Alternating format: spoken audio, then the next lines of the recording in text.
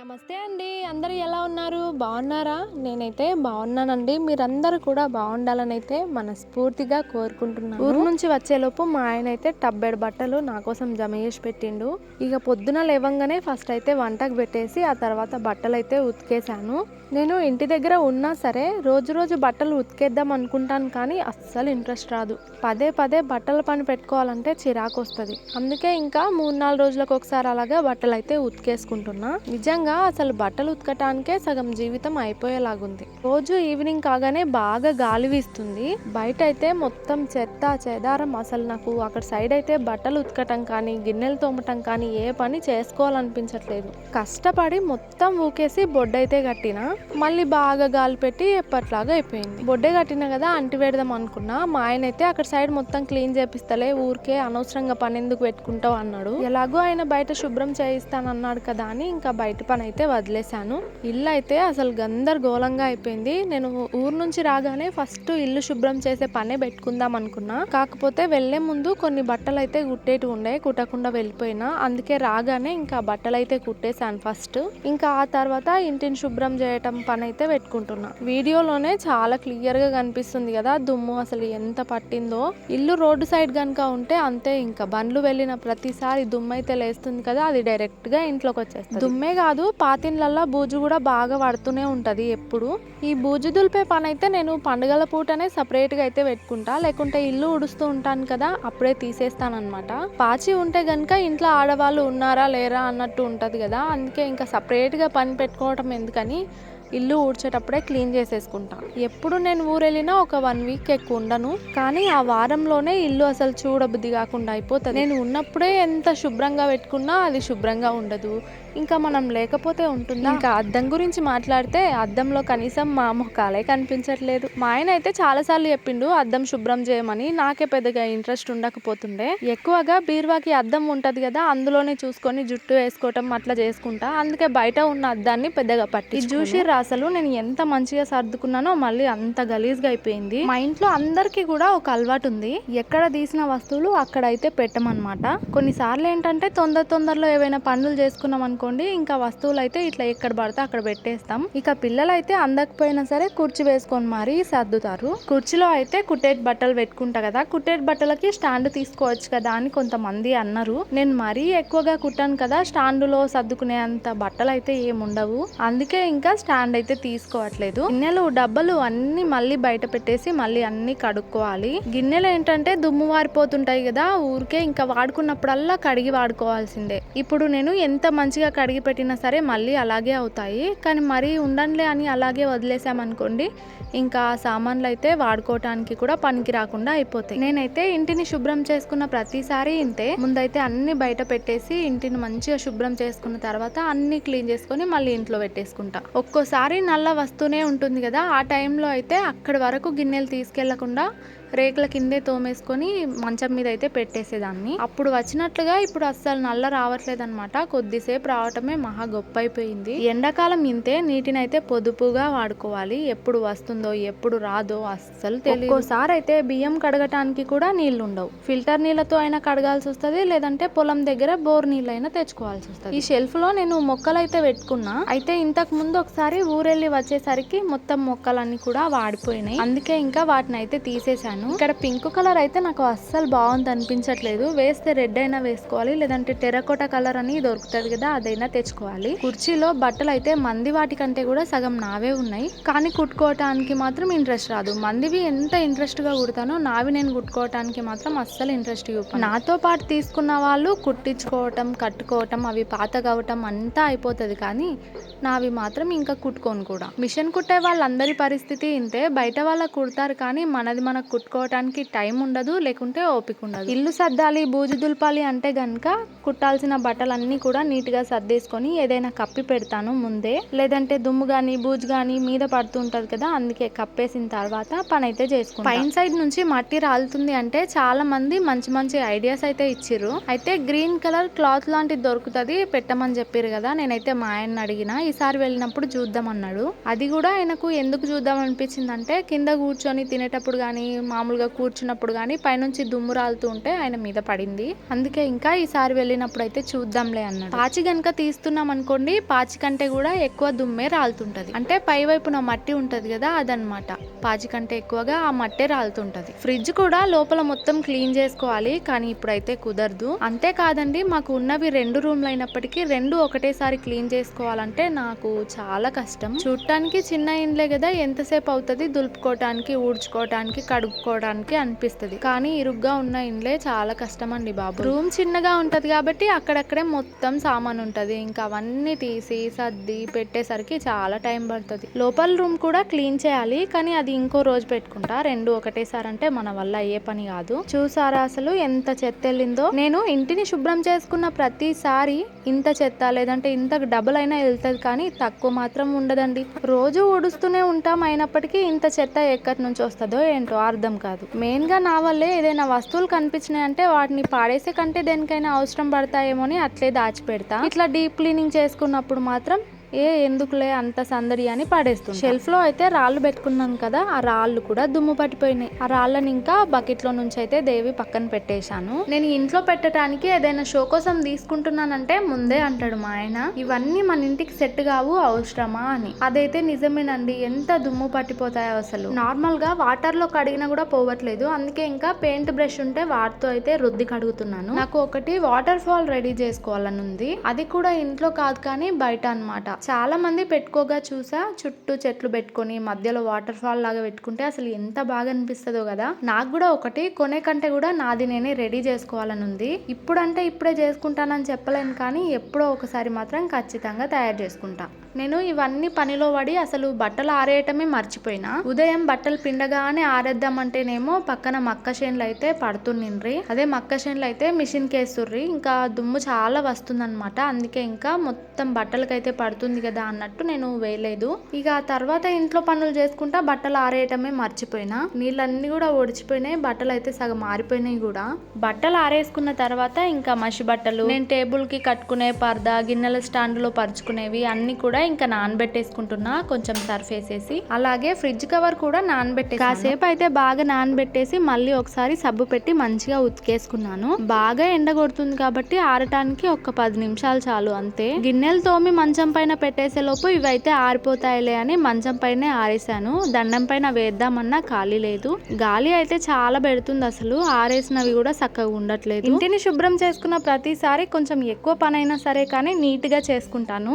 నేను ఒక విషయాన్ని అయితే బాగా గమనించాను. కొంతమంది ఇంటి ముందు చెట్లు నాటుకుంటారు కదా, అవి పట్టించుకోకపోయినా సరే మంచిగా పెరుగుతూనే ఉంటాయి. నేను ఎంత మంచిగా పట్టించుకుందాం అనుకున్నా, వాటర్ పోసినా అవి మాత్రం మంచిగా పెరుగు. కొన్నిసార్లు అయితే ఇంటిని శుభ్రం చేసి అబ్బాయి ఎంత చేసినా ఇంతే, వదిలేయటమే బెస్ట్ అనిపిస్తుంది. అలా అని వదిలేసాం అనుకోండి, ఇంట్లో ఇంకా మనం ఉన్నామా లేమా అన్నట్టు దయ్యాల కోటలాగా తయారైపోయి ఊరెళ్ళిన రోజులు ఎంత రెస్ట్ తీసుకుంటామో ఇంటికి రాగానే మళ్ళీ అంత పని ఉంటది. దీన్ని కూడా బయట పెట్టి కడిగేసుకుందాం అనుకున్నా, కాకపోతే పైననే దుమ్ముంది, ఇంకా మొత్తం కూడా మంచిగానే ఉంది. అందుకే ఇంకా ఒక సర్ఫ్ నీళ్ళతో అయితే ఫస్ట్ ఒక కాటన్ క్లాత్ పెట్టి తుడిచేసుకున్నా. ఆ తర్వాత మళ్ళీ పొడి క్లాత్ తో అయితే మంచిగా తుడిచేసుకున్నా. ఇట్లా మొత్తం సామాన్ బయట పెట్టి మళ్ళీ కడగను కదా, అందుకే కడిగినప్పుడు అయితే బాగా వాటర్ పోసి మంచిగా కడిగేసుకుంటా. నేను బ్లాక్ కలర్ ది వాల్ స్టిక్కర్ అయితే అంటించుకున్నాను కదా చెక్క పైన, బ్లాక్ కలర్ మొత్తం పోయి వైట్ గా అయిపోతుంది. అప్పుడే పాతదిగా అయిపోయింది, కానీ గోడకు అంటించిన స్టిక్కర్ మాత్రం భలే ఉంది. సున్నం గోడ కదా, ఉండదేమో టేప్ వేద్దాం అనుకున్నాను, కానీ చాలా బాగుంది అసలు.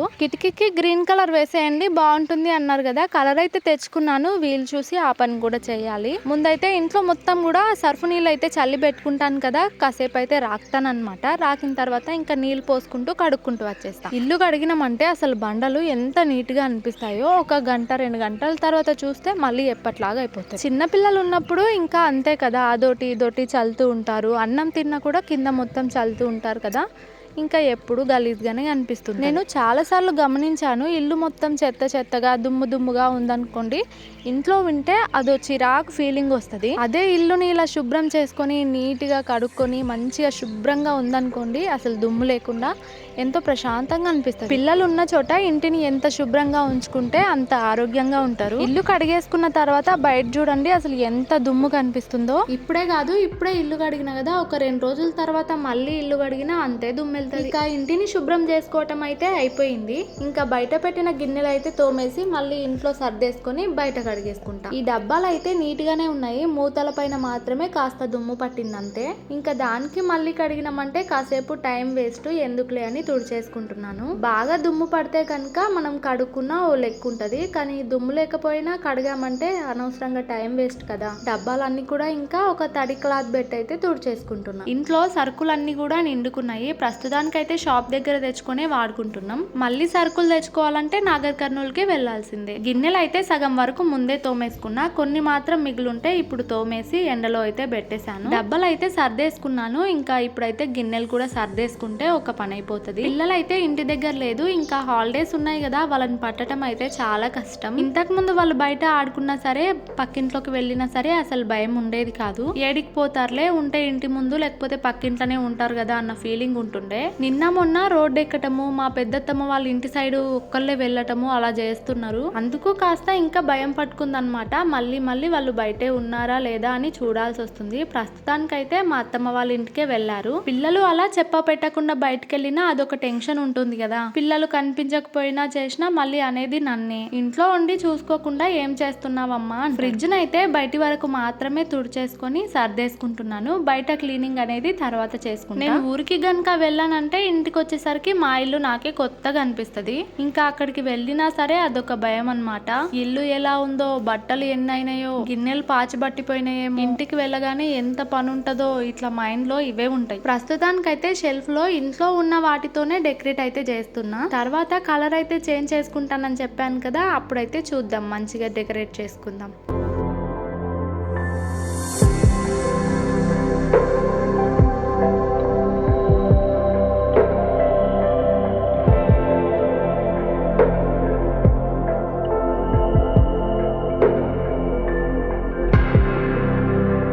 ఈ ఫొటోస్ చూస్తేనే అర్థమైపోతుంది అసలు ఎంత దుమ్ము పడుతుందో ఇంట్లో. ఫొటోస్ ఇంకా పైన తగిలిస్తాం కదా, కట్టె కప్పుకు దగ్గరగా ఉంటాయి కదా, ఇంకెక్కువ దుమ్ము పడుతుంది అనమాట. ఈసారి పెద్దలకు పెట్టుకునే వరకు అమ్మమ్మ ఫోటో కూడా చేయించుకోవాలి. గిన్నెలన్నీ లోపల సర్దేసుకున్న తర్వాత బయట కూడా మొత్తం నీట్ గా కడిగేసుకున్నాను. ఇంట్లో సామాన్ అంతా సర్దుకున్న తర్వాత మంచిగా నీట్ గా ఉంది. ఇప్పుడు వచ్చినప్పటి నుంచి అసలు ఎప్పుడెప్పుడు శుభ్రం చేసుకుందామా అన్నట్టుండే, కానీ ఏం చేస్తాం, కుట్టేటు ఉండి తప్పలేదన్నమాట. బయట కూడా క్లీన్ చేసుకుందాం అనుకున్నాను, కానీ టైం అయితే సరిపోలేదు. మా అత్తమ్మ కొన్ని మామిడికాయలు అయితే ఇచ్చింది. అవి బయట అలాగే పెట్టేస్తే పండైపోతాయంట, వాటర్ లో పెడితే గనుక మంచిగా ఉంటాయంట. చెట్లకి నాకు ఇట్లా వాటర్ స్ప్రే చేయాలంటే చాలా ఇష్టం. కొంచెం ఫ్రీ టైం ఉన్నా, ఖాళీగా ఉన్నా, ఏ పని చేయనికే ఇంట్రెస్ట్ లేకపోయినా ఈ పని పెట్టుకుంటా. ఈ చెట్టు అయితే షో కోసం తీసుకున్నాం కదా, పక్క నుంచి ఇంకొన్ని మొలకలు అయితే వచ్చినాయి. అవి తీసేసి సపరేట్ గా ఒక డబ్బాలో పెట్టుకోవచ్చా. చెట్టుకు మట్టిలో మాత్రమే వాటర్ పోయకుండా చెట్లు మొత్తం తడిచేలాగా నీళ్ళు పోసినాం అనుకోండి, అసలు పచ్చగా మంచిగా అనిపిస్తాయి. టీవీ కూడా బాగా దుమ్ము పట్టిపోయింది.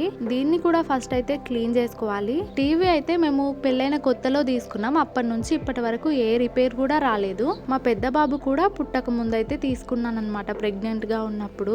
అప్పటికి ఇప్పటికీ అసలు రిపేరే రాలే. వాటర్ పోసి తుడుస్తుంటే టీవీ పాడవుతుందేమోనని భయమేసింది. అందుకే ఇంకా తడి క్లాత్ తో అయితే తుడిచేసుకున్నాను. స్ప్రే బాటిల్లో కొంచెం సర్ఫ్ అయితే వేసుకొని బాగా కలిపేసుకొని ఇంకా దాంతో అయితే క్లీన్ చేసుకుంటున్నాను. అద్దం పైన ఉన్నవన్నీ కూడా తీసేసాను. మొత్తం ఎంత దుమ్ము ఉందో చూడండి. అసలు దుమ్ము అయితే ఉంది కదా, ఇక్కడే దులిపేసుకుంటే ఇల్లు ఇప్పుడే కడిగేసుకున్నా మళ్ళీ గలీజ్గా అయిపోతుంది. అందుకే ఇంకా బయటకు వెళ్ళి దులిపేసి తెచ్చి పెట్టుకున్నా. స్ప్రే బాటిల్లో అయితే సర్ఫ్ నీళ్ళు వేసుకున్నాను కదా, దాంతోనే అద్దాన్ని కూడా క్లీన్ చేసేసుకుంటా. ఒక్కసారికే చాలా మంచిగా అయిపోతుంది. అసలు ఫస్ట్ అయితే సర్ఫ్ నీళ్ళని వేసి తుడిచేసుకొని మళ్ళీ ఒక పొడి క్లాత్ తో గనుక తుడుచుకున్నామంటే నీట్ గా కనిపిస్తుంది. చాలా మంది హెయిర్ గ్రోత్ టిప్స్ అయితే చెప్పమని అడుగుతున్నారు. ముందు వీడియోస్ లో అయితే ఖచ్చితంగా చెప్తానండి. నిజానికి అందరికి పెళ్ళైన తర్వాత జుట్టు ఊడిపోతుంది, పెళ్లికి ముందేమో బాగా ఉంటది. కానీ నాకు మాత్రం పెళ్లి అవ్వక ముందు జుట్టు చాలా చిన్నగా ఉండే, పెళ్ళైన తర్వాతనే మంచిగా పెరిగింది. అసలు యూట్యూబ్ స్టార్ట్ చేసిన తర్వాత టెన్షన్ కి జుట్టు రాలటం కూడా స్టార్ట్ అయిందిలేండి. అద్దం పైన అయితే స్టిక్కర్లు, కుంకుమ, అలాగే పిల్లలకి జ్వరం వచ్చినప్పుడు అలాగా పెట్టడానికి దేవుంది కుంకుమ అయితే ఉంటుంది. ఎక్కువగా అయితే ఆ మూడే పెట్టేసుకుంటాను. అప్పుడప్పుడు మాత్రం తొందరలో అవి ఇవి అన్ని పెట్టేస్తుంటా. మొత్తానికి ఇల్లు శుభ్రం చేసుకోవటం అయితే అయిపోయింది. ఈ పనంతా అయ్యే వరకు నాకు మధ్యాహ్నం అయ్యింది. మధ్యాహ్నం అయితే కర్రీ చేసేది ఉండే, మార్నింగ్ చేయలేదు. అందుకే ఇంకా ఈ పని ఫాస్ట్ గా అయిపోగొట్టుకొని మధ్యాహ్నం అయితే ఉల్లిగడ్డ కూర అయితే చేసిన. ఈ వాల్ స్టిక్కర్ అయితే వంట చేసిన తర్వాత అలాగా తడిగుడ్డతో అయితే తుడిచేసుకుంటాను. దానిపైన నూనె మరకలు గానీ అలా పడుతూ ఉంటాయి కదా, ఎప్పటికప్పుడు తుడుచుకుంటూ ఉన్నామంటే గనుక నీట్ గా ఉంటుంది.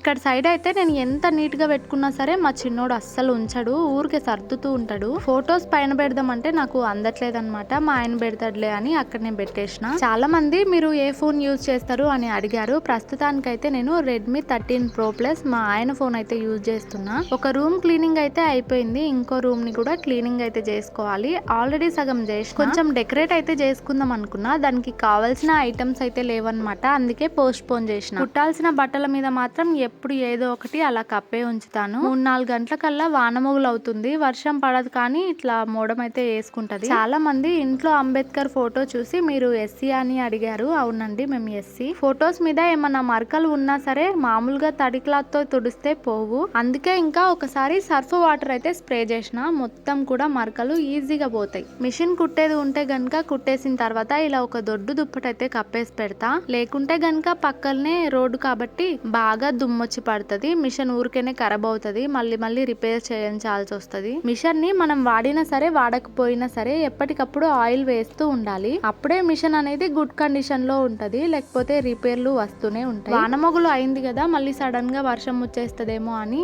బట్టలన్నీ కూడా తీసేస్తున్నాను. ఇంకా గాలి కూడా బాగా వీస్తుంది. అసలు బట్టలు ఉతకటం ఒక ఎత్తు అయితే వాటిని ఆరేయటం మడత పెట్టడం ఇంకో ఎత్తు. పిల్లలైతే ఇంకా రాలేదన్నమాట, అందుకే ఇంకా టీ తాగేసి బట్టలు మడత పెట్టేసి పోయి నేనే తీసుకురావాలి. 4 గంటల కల్లా పిల్లలకు స్నానాలు చేయించిందంటే ఇంకా పెద్ద పని తగినట్టే. ఇంకా రూమ్ నైతే ఈ విధంగా శుభ్రం చేసుకున్నా. మాకున్న లోపట్ రూమ్ అయితే ఇంకా చిన్నగా ఉంటది, దాన్ని ఎలా సర్దుకున్నాననేది ఇంకా ముందు వీడియోస్ లో అయితే చూపిస్తా. ఇంటి ముందు కూడా ఎలా క్లీన్ చేసుకుంటున్నాం అనేది కూడా చూపిస్తా. అంతవరకు అయితే ఉంటానండి. వీడియోని లైక్ చేయటం మాత్రం లైక్ చేస్తారుగా. ధన్యవాదాలు.